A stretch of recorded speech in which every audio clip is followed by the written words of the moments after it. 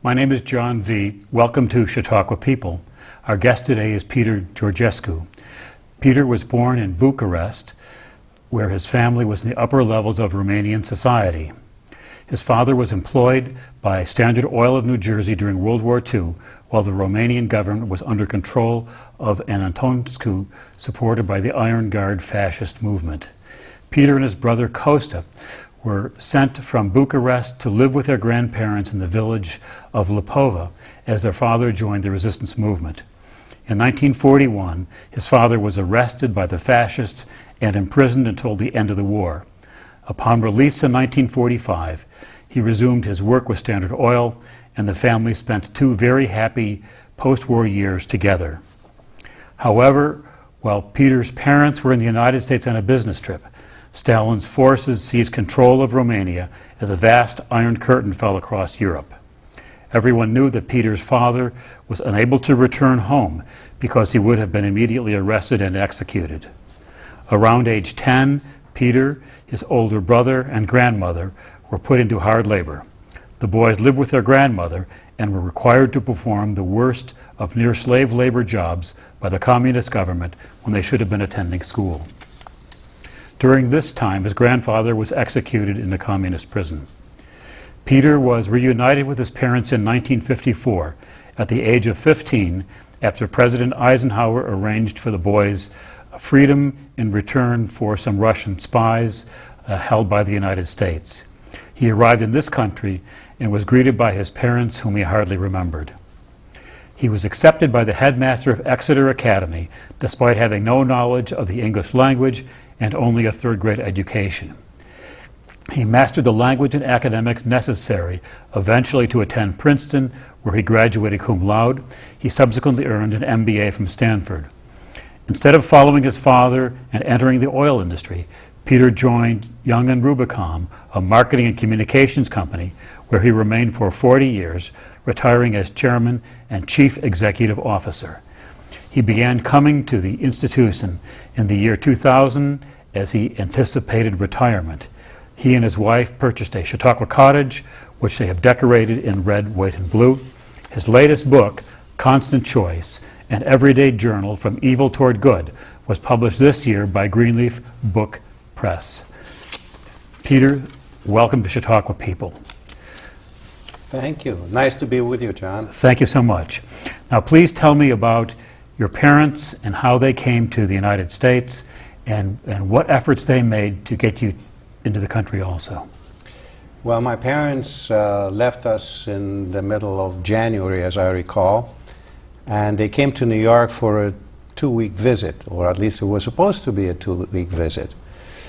And Dad came to New York to work with his colleagues at Standard Oil of New Jersey, and it was a routine annual or so business trip.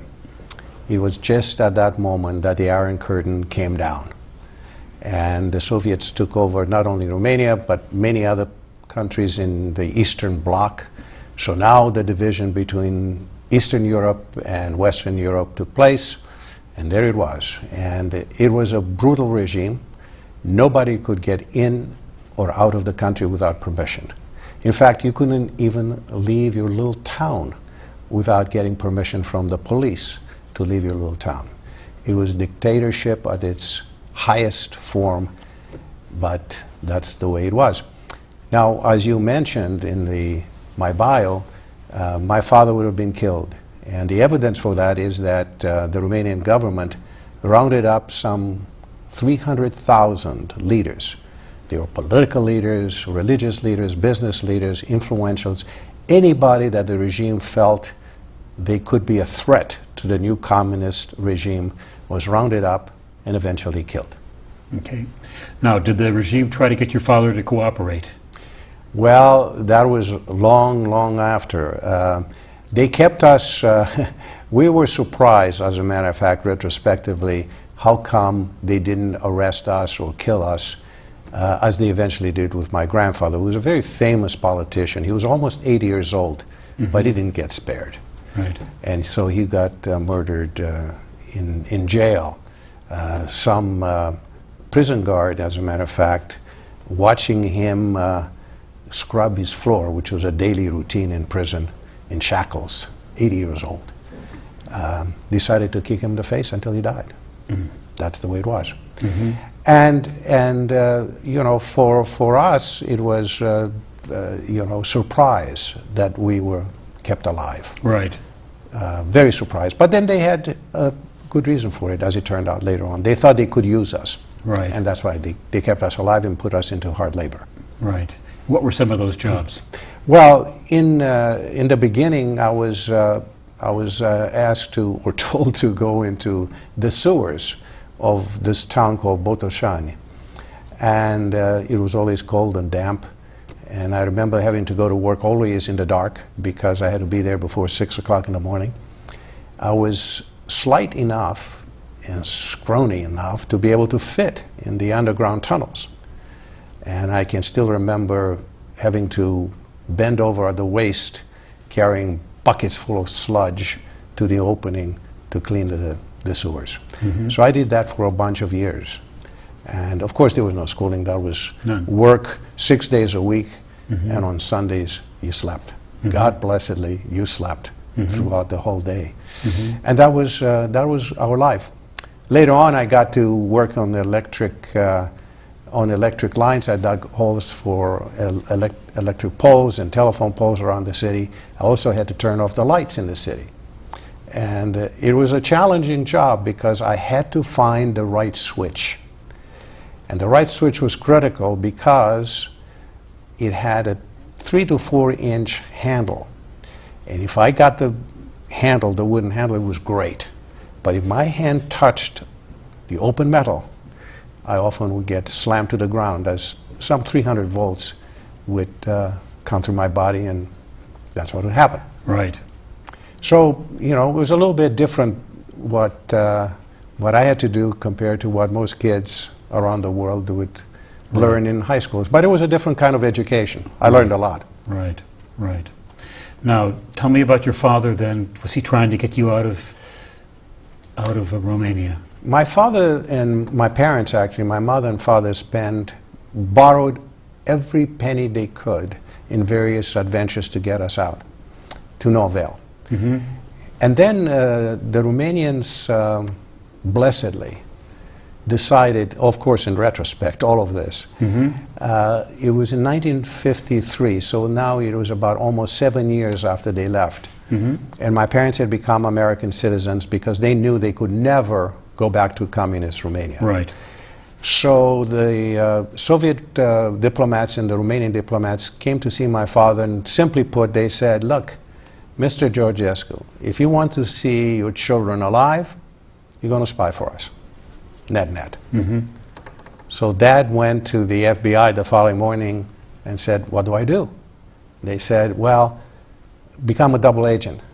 And my dad said, look, I've seen that play before.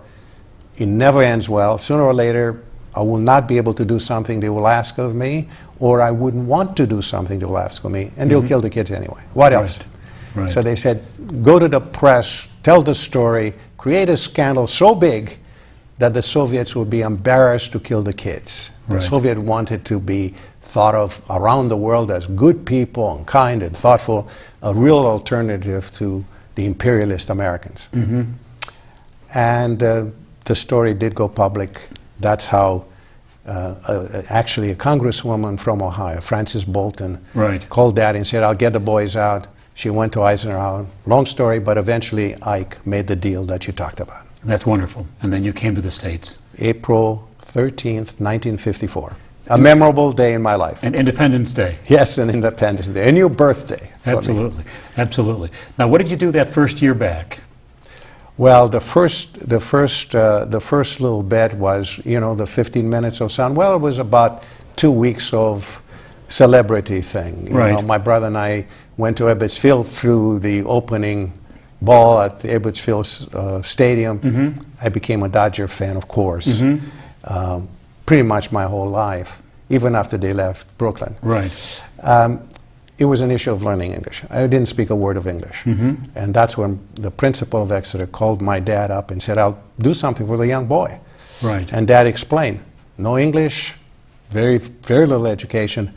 And she said, he learned a lot of other things.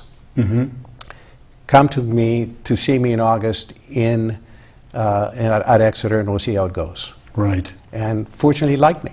Good. He liked me, so I was in. Good. Good. Now, was that experience at Exeter easy for you?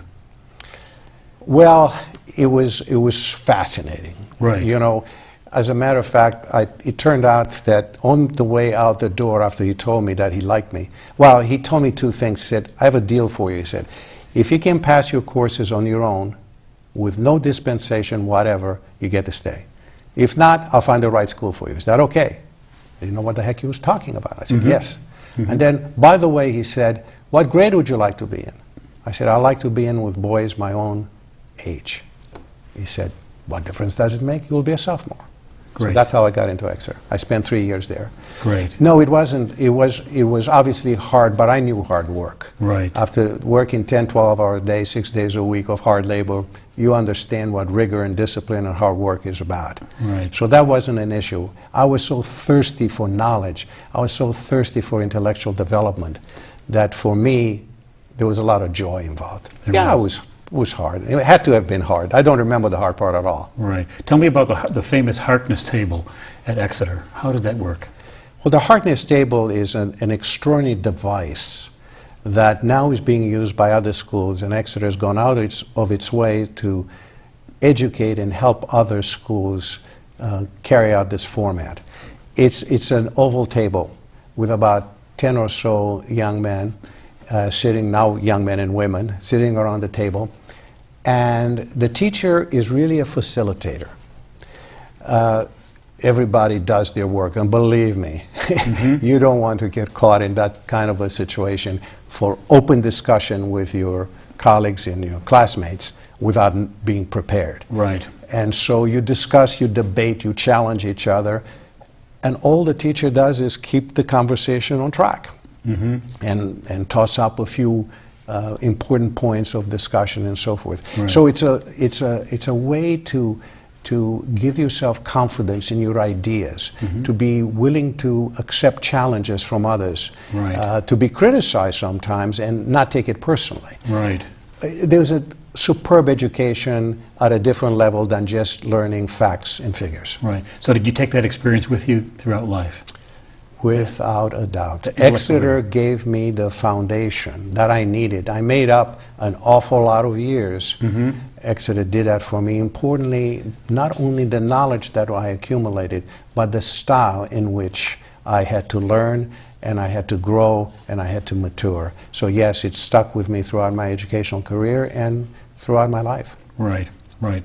Now, you graduated from Exeter, and then you went to college. I went to Princeton. To Princeton. After 3 years at Exeter, I went to Princeton. Okay, Yes. and how well did you finish up at Princeton? I did okay. I graduated with honors, so Couldn't that be- was Okay. perfectly okay. Great, great. So you graduated cum laude, I understand. Cum laude, yeah. Cum laude, okay. And then what happened after Princeton? Then I decided I was supposed to go into the Marine Corps. I joined as a typical immigrant. I wanted to serve my country. And I joined the Marine Corps, which was Navy ROTC, except I got sick my junior year. Right. I got an ulcer. In those days, they thought ulcers were a sign of mental weakness. You couldn't be a tough guy, worrisome, and all the rest of it. Now we know, of course, that ulcers are created by bacteria. It's an infectious disease. It's an infectious disease. They didn't know that then. So I was disqualified medically from the Marine Corps. I didn't know what to do. So I applied to the business school. And I was a bit naive. I applied to only one school. I wanted to go to the West Coast. After all, this is my new country. Right. I wanted to learn the new country. So Right. go West, young man. Right. And that's how I ended up at Stanford. Right. Now, coming out of Stanford, was there any discussion of following your father into the oil industry? As a matter of fact, I had a job. The Standard Oil folks offered me a job. I got to know some of the people. They offered me a job and said, if you graduate from Stanford Business School, you've got a job at Esso International. Right. So I was plenty excited about that, but as it turns out, by total accident, I ended up going to the advertising and marketing business. Right. Was that a good fit? Well, it turned out to be okay for me. I enjoyed it. I enjoyed it. I learned a lot about people, it was a very heavily oriented research company, heavy on the analytics part of it. I enjoyed that business enormously, and I ended up doing okay. Right, and you ended up at the end as Chairman and CEO. Yes. Chairman and CEO, so you did extremely well, didn't you? Did okay. Now, you lived overseas at some point and traveled around. Yes. And I assume your experience in two cultures was immensely beneficial preparation for that. Well, it took a while for me to be willing to go overseas. It did. They asked me from, I wasn't there more than 3 or 4 years, and they said, oh, why don't you go to Australia? Why don't you go to Denmark? Why don't you go to Sweden? And I said, my wife doesn't want to go. Okay. It wasn't the truth, to be honest. I fibbed. Right. I wasn't ready to go. You weren't I ready wanted to to be in America. I wanted to learn the way of life. I wanted to be comfortable that I would have a foundation before I would go. But ultimately, my wife Barbara decided for us, hey, this is an international company. You're going to stop asking. Let's go. Let's go. Okay. So I said yes. I saluted, And as I have moved for 48 years. And moved along. And moved along. Moved along. Okay. Now, you retired from Young and Rubicon in 2000. What have you been doing since retirement? Well, this chapter of my life, John, is increasingly about payback, giving back. I've been so fortunate. I'm so grateful to this country. Number one, to be alive. Right. And to be here, and to have the opportunity that I have had. And this is why I think I admire America enormously, because of the freedom and the opportunity that most of us who are lucky enough to get a good education can have. You can be the best you can be. Right. Just work hard enough, mind your P's and Q's, and do your thing, and you have the opportunity to do quite well. Right. So I loved America. I found this very special, and now it's, I feel, very important for me to pay back. So I'm vice chair of a large hospital in New York City. Right. I am involved as the director of many educational institutions, and I mentor young people. But I also am involved, continue to be involved in business because I have to stay relevant. Right. Stay current. So you have to stay current in what's happening in the business world, Right. both domestically and internationally. Right. Right. So tell me about your Chautauqua experience. How did you come to Chautauqua? Well, like many good things in my life, they came through my wife. Right. And Barbara had come here about 30, 35 years ago. A friend of her would bring her here for about a week. And she'd come back and tell me these wonderful tales of this intellectual stimulation, the art fair in the evening, this beautiful, picturesque, Disney-esque environment. You got to come. And I said to her, look, I'm an important guy. I'm kidding. But anyway, I felt that, you know, I couldn't afford to take the time Right. during the week, which is a lot of when things happen in Chautauqua. Right. So just when I was thinking about retirement, of course, she was the first to know about that. She said, okay, we're going to Chautauqua. So I said, of course. So we came, I decided that let's build for ourselves a little cottage here. And that was in '99. Right. And I retired in 2000, and here we are. Here you are. And you've come every summer since then.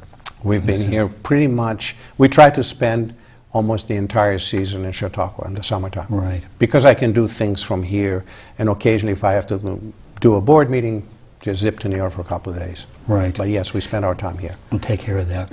Now, in this past year, you published this book, and I wonder if you could tell us a little bit about it, and perhaps, first off, where the title came from. This is a current publication. Yes. You know, I told you how much I love this country. And in the last few years, I realized that I was more worried about the future of America than at any other point in my life. Right. And so I decided that one of the things that I might be able to do, particularly given my experience, is to try to convince all of us to kind of stop doing some of the nasty, evil things we seem to be doing to each other. And too much of that is going on. Right. I learned that as a young man. I saw it personally up close in my family and with myself and my brother. I saw it in the business world. Occasionally, it happens. I see it in politics today. I see the lying, the cheating. I see greed in what he does, as in the 2008 financial crisis. Right. I see it in all kinds of aspects of our lives. I see it in the lack of willingness to do the right thing, the lack of willingness to look for the other in our lives. Right. And this is what it's all about. So I wrote the book to say, let's stop relying on the evil side of ourselves, and let's go to the really good aspect of our lives. Right. Let's take advantage of the goodness and generosity and compassion that also exists in us. And we have a choice to make, and that's where the title of the book comes from. A constant choice, a daily choice, where we have to be able to increasingly choose to do the good. Okay. So that becomes our challenge, is it not?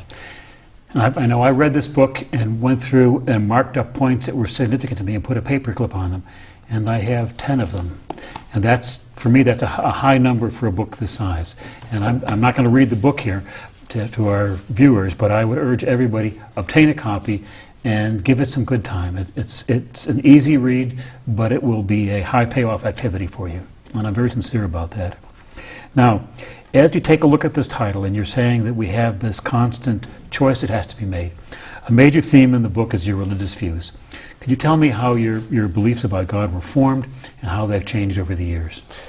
Well, when I was a youngster, I learned a lot from my grandparents, and I developed a very simple model that has in fact sustained me during the tough times in the work camp. Right. And the model was very simple. There were good guys in this world and bad guys in this world. And the good guys were going to win. And I had this vision of Jesus Christ as the uber hero. He was Superman. Right. You know, not short of, I didn't know about the telephone booth on those days, right. but that was kind of my mental image. Sooner or later, the good guys will triumph, the good guys are going to win. And if you work hard enough, if you really had the courage of your convictions, and if you had integrity, you were going to win. I was naive. I was a little boy. I was under, a teenager. But I had this deep conviction. And then later on, I obviously found that my simplistic model didn't work. I found out that good people do some terrible things. And I almost fell apart. Say, how can that be? Right. And then I realized that we are free people. We have a choice. We have to choose how we treat each other, how we treat ourselves. And that choice determines the characters. It's not what happens to you in life that makes a difference. Right. That's not who your character is. It's how you respond to what happens to you that determines who you are and your character. Right. And so I was committed all my life to try to avoid being the evil person that I saw my guards, the people who put us in that work camp. Right. And I said, that's not what you're going to do, Peter. No matter how seductive it may be, and how many shortcuts, and how you might be able to profit from this thing, it isn't worth it. When you do harm, when you do evil, you do harm to other people. Right. That's not acceptable. Right. And we have to choose the other way. And I have seen in my business life so many role models of people who succeeded because they were good people. Right. And they led by example. They not only talked the talk, they walked the walk. Right. And what a difference they made. And what different companies that are managed in that fashion. Right. And there are plenty of them out there. Right. And we need more of them. We need people in every aspect of leadership in this country, in our government, to do the same thing. To stop this kind of nonsense and the kind of tensions and antagonism that exists in our political system, and to say, it's about the common good, folks. Right. Let's do what's right. Let's do what things that matter to all of us individually and collectively. Right. And then we can win. Right. Right. And so we worked on that way. Now, how does your Chautauqua experience fit with this belief about being a good person and doing what is constantly right? Chautauqua is, first of all, is unique in the world. Yes, sir. And it's an educational experience for adults, and it's magnificent. Right. And it sharpens one's views. You have an opportunity to converse and discuss with some of the leaders and the leading intellectuals and the leading theologians in this field, and it sharpens who you are. You test your perspective, you test your opinions. And I found my 14, 15 years now in Chautauqua to be extraordinary in my personal development. I'm growing as a person. Right. I hope I never stop growing. Right. This is, in part, what Chautauqua does for me. Okay, and it introduces you to new material and New causes- ideas, new materials, curiosity. Keep Right. pushing the limits of our ability to grow, to be free, to experience new and different things. Right. But always to try to be good. Right. Now, are there any specific aspects of Chautauqua that are most significant to you, most important to you? Well, I believe, I speak also for Barbara and myself, that the lecture program, the lecture program in the religious department at 2 o'clock, those lectures are the foundation for me what Chautauqua is about. Right. Is the intellectual, emotional, and spiritual development. Right. I prize that, I value that. And the art form that comes along with it is a wonderful complement because it develops all your senses. Mm-hmm. And art is a great, important part of being a full human being, a creative person. Right. And this is what Chautauqua does to you. Whether you want it or not, you're going to get it. Indeed. Now, you've had this wonderful experience at Chautauqua. Can you tell me a little bit about your family?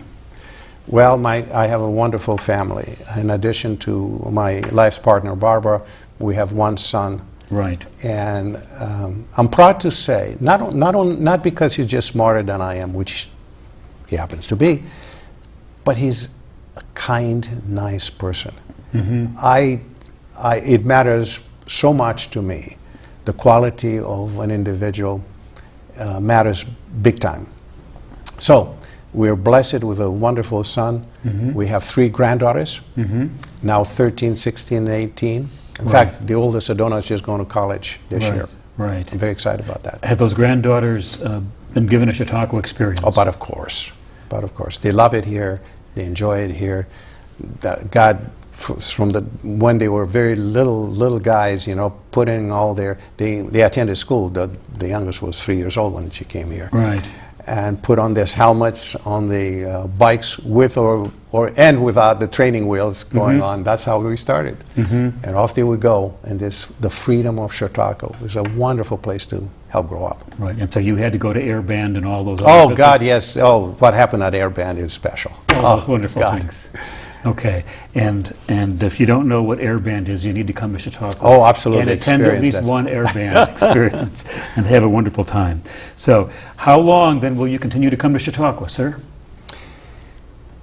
As long as my feet will carry me, I will come to Chautauqua. As I said, I think, and this is very important, this is a serious question, or I'll take it very seriously, because what the Constant Choice says to me is that our job, and my job, and our generation's job is not done. What are we going to leave behind for our children and grandchildren? Right. That's the fundamental issue. Right. And so far, we haven't distinguished ourselves. Now, the world has become much more difficult, much more complex, much more nuanced. But it's up to us to grow up. Indeed. And be able to deliver within this context, within this world, a more peaceful and more reassuring world for the future of our children.